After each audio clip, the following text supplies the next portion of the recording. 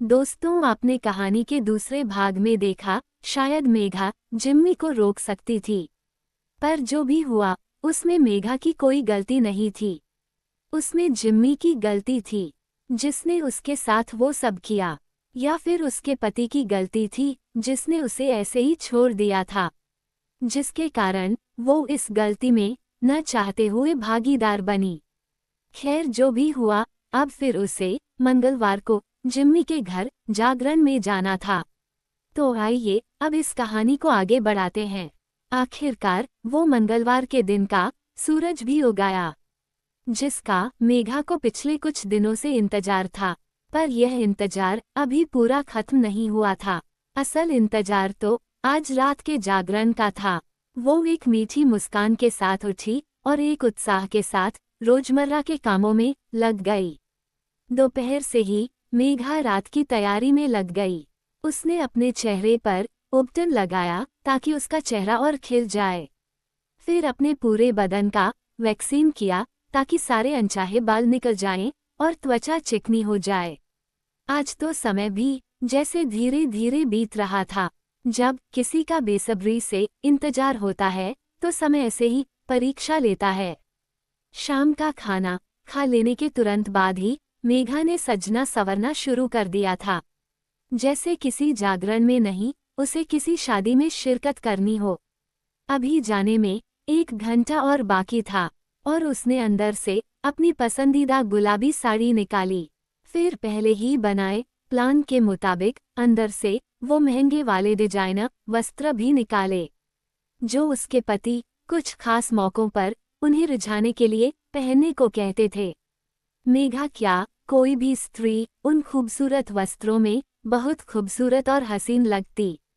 अब मेघा ने साड़ी पहन ली। फिर से वो अपना मेकअप करने लगी। मेघा सारी तैयारी ऐसे कर रही थी जैसे जागरण नहीं, बल्कि उसकी शादी की पहली रात हो। औरों के लिए वो जागरण था, पर उसके लिए तो ये वही रात थी। एक बार फिर से उसकी सास की चिरपरिचित आवाज उसे सुनाई दी। तैयार हो गई क्या? मेघा को तैयारियों में ध्यान ही नहीं रहा कि कब वो समय हो गया जिसका उसे कब से इंतजार था। वहां पहुंचकर उसकी नजरें लगातार जिम्मी को ढूंढ रही थी, जिसके लिए उसने आज सुबह से ही इतनी तैयारियां की थी, पर वो उसे कहीं दिखाई नहीं दिया। तभी भाभीियों ने मेघा को अपने कमरे में बुलाया।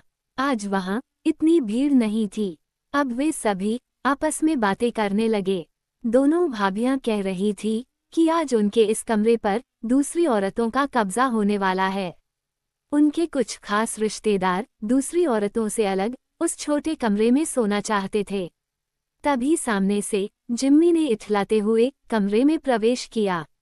उसे देखकर मेघा ऐसे शर्माई जैसे नई नवेली दुल्हन का पति आ गया हो। उसने अपनी पत्नी को बताया कि उन्होंने जो काम सौंपा था वो करके आया है। फिर वो वापस बाहर अपने दूसरे कामों के लिए चला गया। तभी जिम्मी की पत्नी ने मेघा को बताया कि वो लोग इस भीड़ में नहीं सोएंगे, बल्कि छत पर सोएंगे। जिम्मी उसी इंतजाम की बात कर रहा था। मेघा को एक गहरा धक्का लगा। अगर यह सब भी ऊपर सोएंगे तो फिर उसके अरमानों का क्या होगा? उसे अपनी दिनभर की सारी तैयारियां व्यर्थ होती नजर आई। उसे जिम्मी पर बहुत गुस्सा आया। वो ऐसे कैसे कर सकता है? क्या इसमें सिर्फ मेघा का ही फायदा था? जिम्मी का भी तो फायदा था। उन्होंने मेघा से भी आग्रह किया कि वो भी इस भीड़ में ना रहे और उनके साथ ही ऊपर सो जाए। मेघा उन्हें कैसे बताती कि उसका तो उनसे भी पहले ऊपर सोने का ही प्लान था। काफी देर बातें करने के बाद दूसरी औरतें उस कमरे में आने लगी तो मेघा बाहर निकल आई। अब सबके सोने का समय हो गया था। पिछली बार की तरह इस बार भी सुबह 5 बजे का मुहूर्त था। मेघा दोनों भाभियां और उनकी एक सहेली के पीछे पीछे छत पे जाने के लिए सीढ़ियां चढ़ने लगी। तभी जिम्मी आ गया और मेघा के पीछे चलने लगा। इस दौरान उसने बड़ी बेशर्मी से मेघा को छुआ। मेघा को खुशी तो हो रही थी, साथ ही साथ गुस्सा भी आ रहा था कि उसने मेघा के साथ ये धोखा क्यों किया। वो कुछ और इंतजाम कर सकता था उन दोनों के लिए। अब मेघा छत पर पहुंची। जिम्मी ने दरवाजे पर कुंडी लगा ली ताकि कोई और ना आ सके।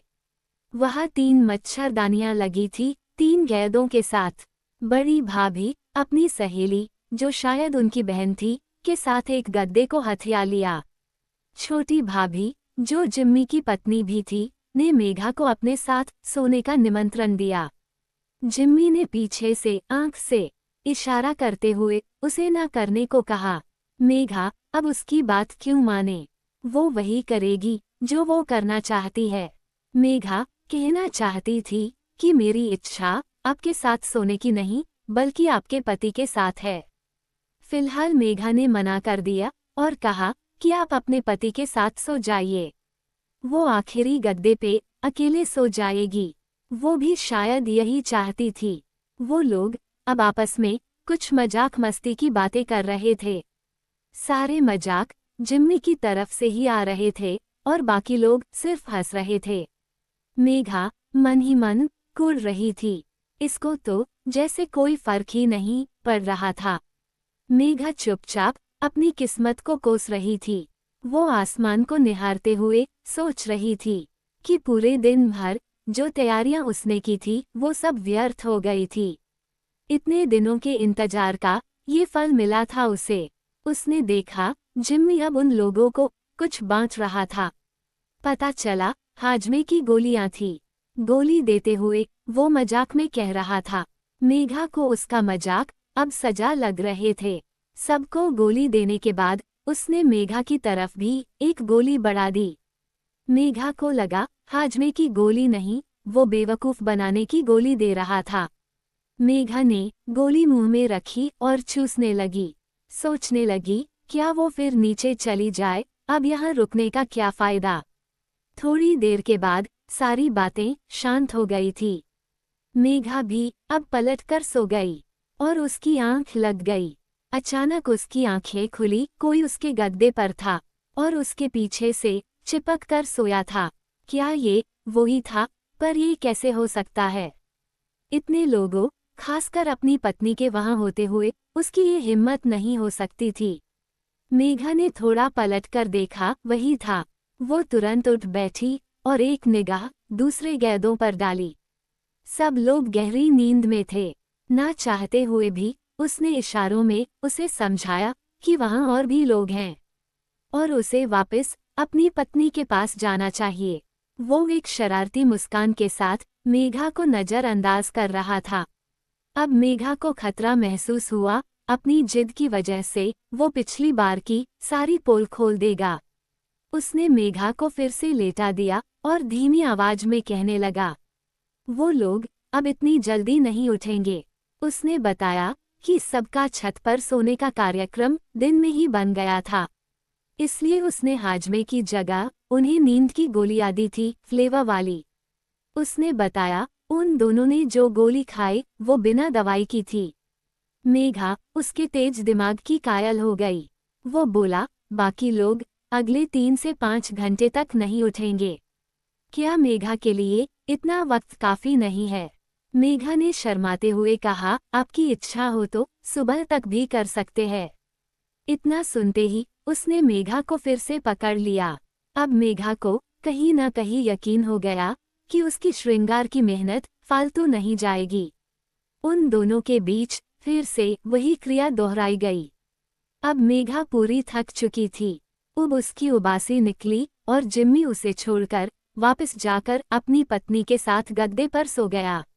मेघा को कब आंख लगी पता ही नहीं चला। एक संतुष्टि की बहुत प्यारी नींद ली उसने उस रात। सुबह 5 बजे कुछ आवाज के साथ वो जागी। जिम्मी अपनी पत्नी को उठाने की कोशिश कर रहा था, पर वो नींद की दवाई के असर से उठ ही नहीं रही थी।